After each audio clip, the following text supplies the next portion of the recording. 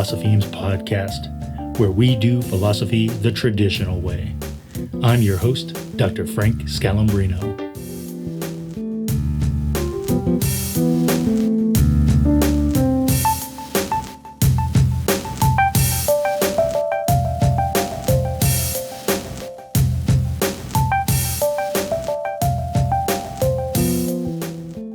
So grateful you're here.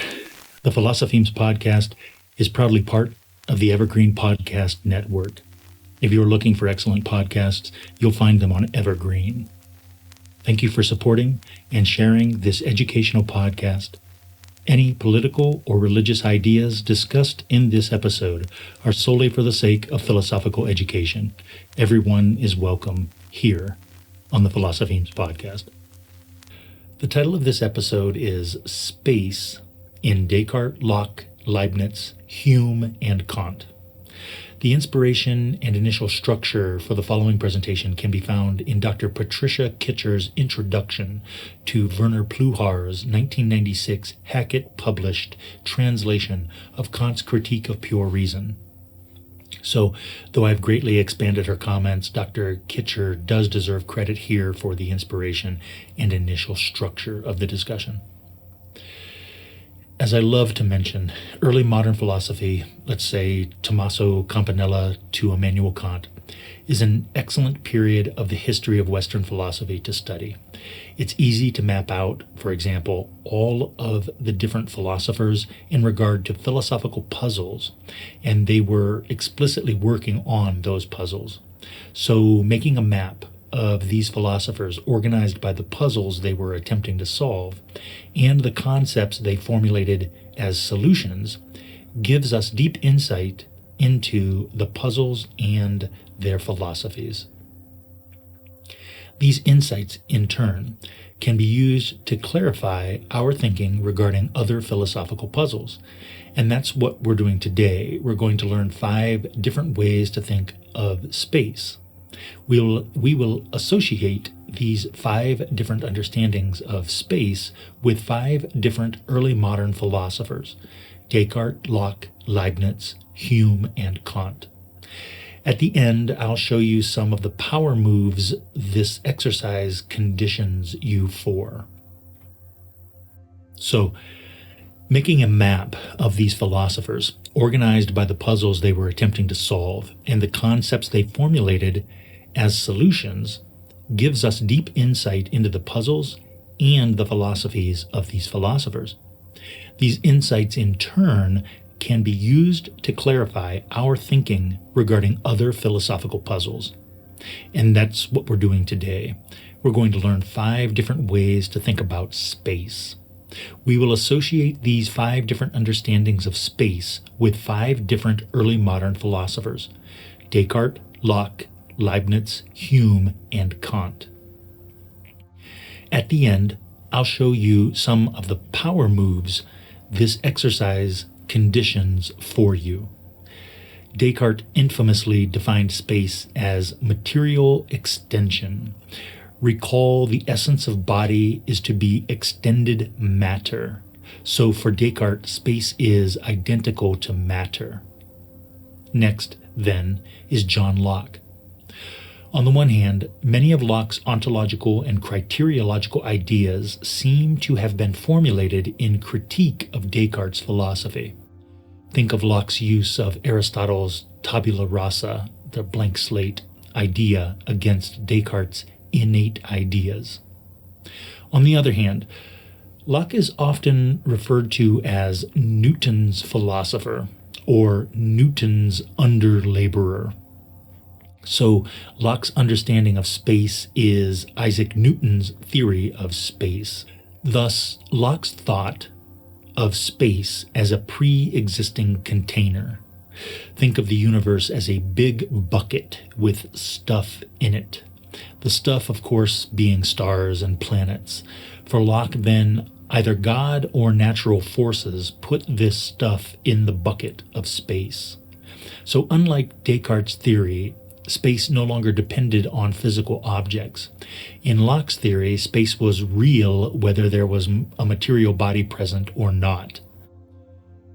This was the state in which Gottfried Leibniz found the puzzle. Leibniz may be understood then as shifting the puzzle from an absolute to a relative context. In other words, the theory associated with Leibniz reminds us that space is not something that we perceive with our senses.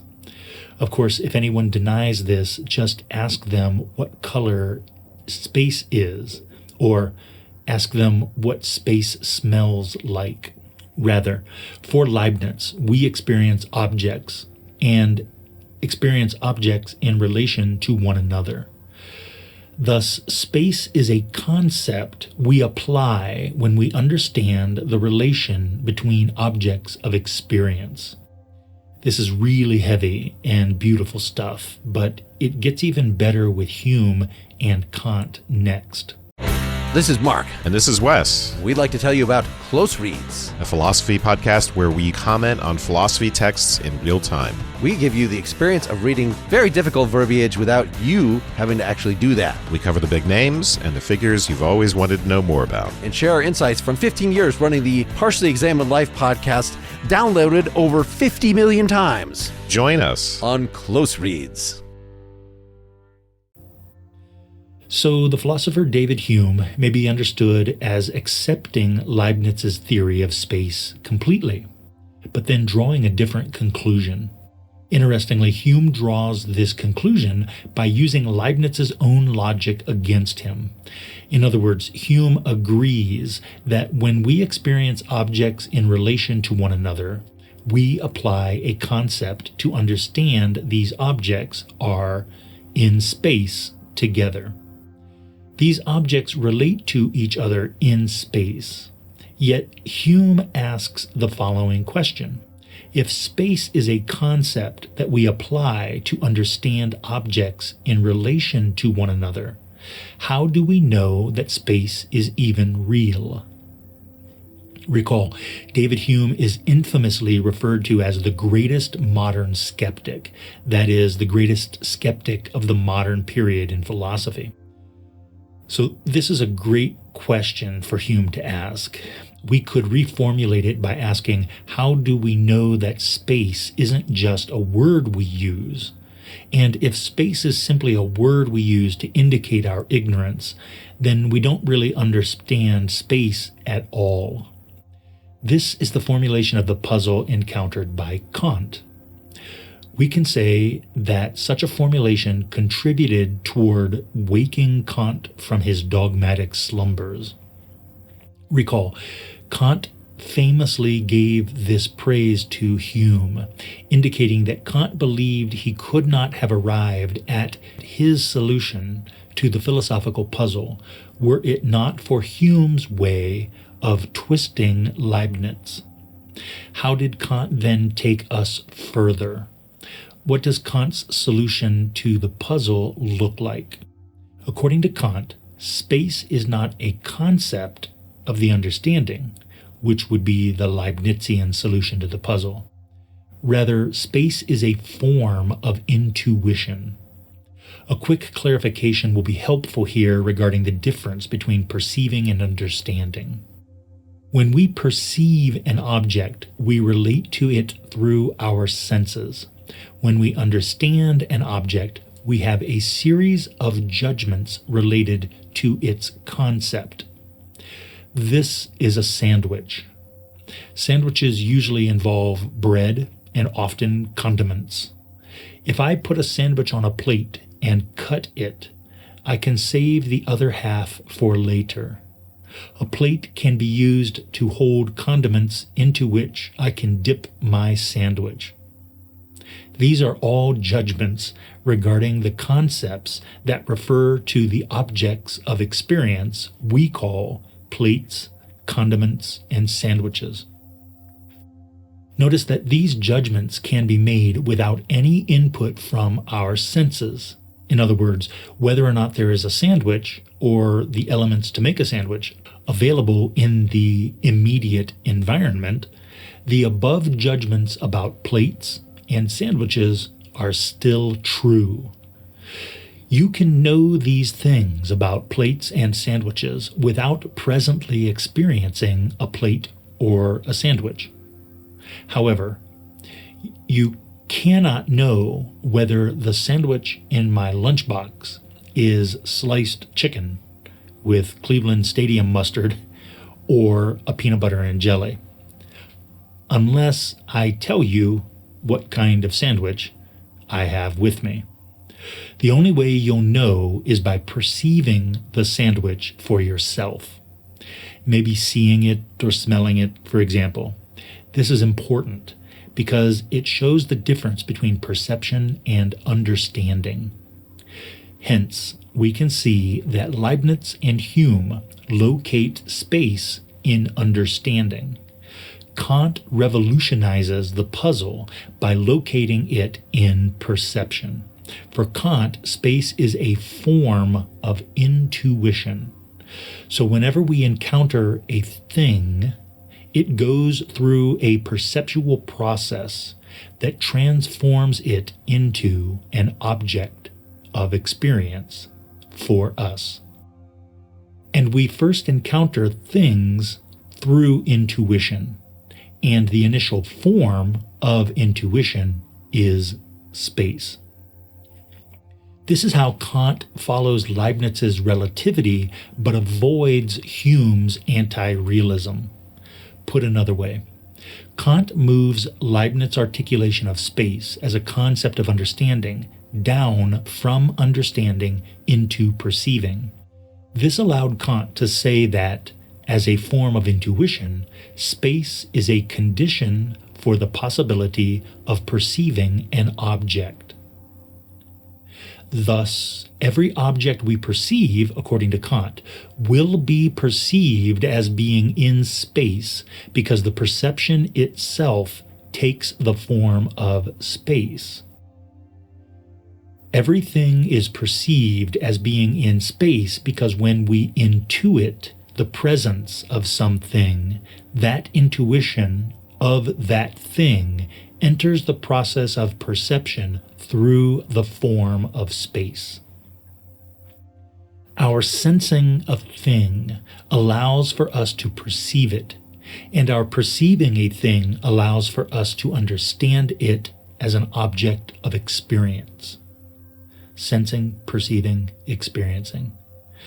However, according to Kant, multiple senses of the same thing are unified by a form, and that form is the form of space. I can see, taste, touch, and smell the peanut butter and jelly sandwich. And despite those sensations manifesting in different places, my eyes, tongue, hands, and nose, I am not confused about the location of the sandwich. Why not? Because the intuition that unifies my senses in the presence of a peanut butter and jelly sandwich does so according to the form of space. In order for me to perceive the thing that I can understand to be a peanut butter and jelly sandwich, I must unify the parts of my sensation of the sandwich. And it is that unification that produces a perception of something as being in space, according to Kant. So to recap, first we saw Descartes' solution to the philosophical puzzle regarding the ontology of space. What is space? According to Descartes, space is identical to extended matter. Many problems arise if you think of space this way. John Locke's tree falling in the forest can even be understood as a critique of the Cartesian understanding of space. Second, we saw Locke's understanding of space as a pre-existing container. Space is like a bucket that contains things. Third, we saw Leibniz, who reminded us that we do not perceive space. We only perceive objects in relation to one another, and then, according to Leibniz, we infer the presence of space by understanding the relation between the objects.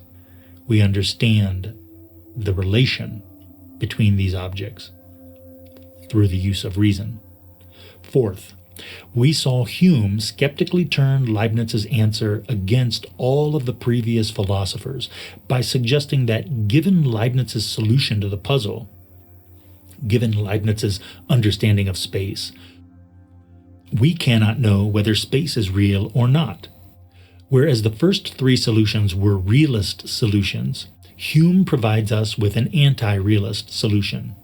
Finally, Kant appeared on the scene. He combined the solutions found in Leibniz and Hume, providing an account of space that, as Einstein himself acknowledged, opened the door for a true theory of relativity and quantum thinking. That is, for thinking of things beyond Newton in terms of quantum physics. This is a clear example of how 7 million people can all be wrong despite believing in the most popular idea available to them on the information superhighway. When the acolyte on PhilosophyTube taught their 7 million viewers that space is a concept in Kant's philosophy, every single one of those viewers was misinformed. So spread the word. This is the correct way to understand space in Kant, and the puzzle of the ontology of space according to early modern Western philosophy. If you post questions or comments on my YouTube videos, I will try to answer them as soon as I can. I hope this episode helps you on your philosophical quest. I'll see you in the future. All right. We are posting videos on YouTube and X, selling books on Amazon, and you can see the Philosophemes in puzzle form on Instagram. I appreciate your questions and comments and your support of this open access educational podcast. I'm your host, Dr. Frank Scalambrino, and I'll see you in the next episode.